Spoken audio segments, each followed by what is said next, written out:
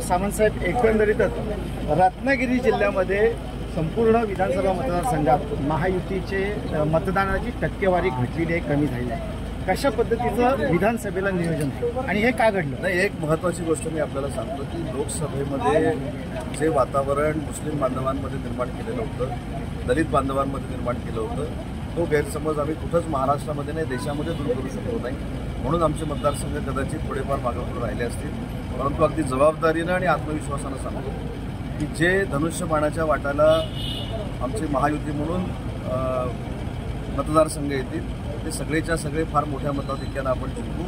आणि त्याच्यापेक्षा अजून एक तुम्हाला जर अंक म्हणून स्टॅटिस्टिक पाहिजे असेल तर रत्नागिरी सिंधुदुर्ग मतदारसंघाचा जो आमचा जिल्ह्याचा भाग आहे तिथं मागच्या वेळी विनायक राऊत साहेब हे 1,31,000 मतांना पुढे होते. आता फक्त 49,000 मतांना पुढे आहेत. याचा अर्थ 90,000 मतं आम्ही कमी करू शकतो.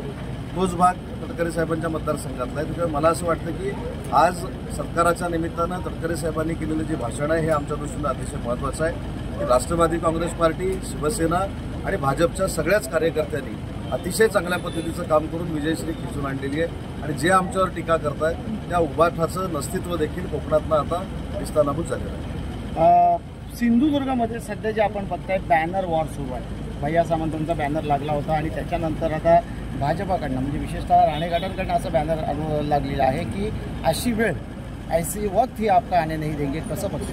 मी असं म्हणतो की मला ह्या बॅनर वॉरमध्ये, ट्विटर वॉरमध्ये अजिबात पडायचं नाही. जे काल अतिउत्साही कार्यकर्त्यांनी सिंधुदुर्गामध्ये बॅनर लावलेले होते, माझी आणि नितेशजींची चर्चा झाल्यानंतर तातडीने बॅनर काढायला लावलेले आहे.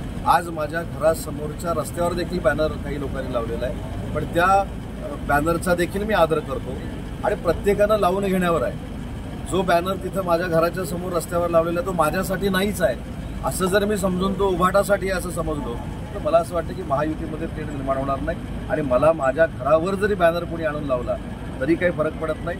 शेवटी मी राणेसाहेबांच्या वयाचा, त्यांच्या व्यक्तिमत्वाच्या अनुभवाचा नेहमी आदर करत आलेलो आहे. आणि त्याच्यामुळे माझ्या घराकडे जाणाऱ्या रस्त्यावर कोणी अजून 4 लावावे किंवा माझ्याकडे 10 अजून पाठवून दिले तर मी अख्ख्या घरापर्यंत लावतो. मला त्याच्यामध्ये काही वाटत नाही. आणि म्हणून बॅनर वॉर, ट्विटर वॉर याला मी कधीही थारा दिलेला नाही. ज्यांना कोणाला असं वाटत असेल की माझ्या घरासमोर बॅनर लावल्यामुळे त्यांना सुखानं झोप लागणार आहे त्यांनी अजून 4 बॅनर लावले तरी मला फरक पडत नाही. मी महायुतीचा कार्यकर्ता आहे आणि महायुतीचे जे काही नियम आहेत ते मी पाळतो. विधानसभेच्या जागेसाठी आता महायुतीमध्ये मोठा भाऊ कोण आणि छोटा भाऊ कोण याच्यावरनं शाब्दिक सध्या वार सुरू आहे. तर संजय सिरसाटांनी देखील म्हटलं की आमच्याकडे स्ट्रॅटेजी जास्त असल्यामुळं मला असं वाटतं की हे महायुतीमध्ये फक्त आपल्याला सुरू आहे असं वाटतं. पण 2 दिवसापूर्वी महाविकास आघाडीमध्ये पण झालेलं आहे. त्याच्यामुळं लोकशाहीचा हा भाग आहे. तिकीट वाटपापर्यंत ज्या काही आमच्या मागण्या आहेत त्या आम्ही एकनाथ शिंदे साहेबांकडे मांडू. एकनाथ शिंदे साहेब पक्षाचे नेते म्हणून, मुख्य नेते म्हणून ते अलायन्समध्ये ठरवतील.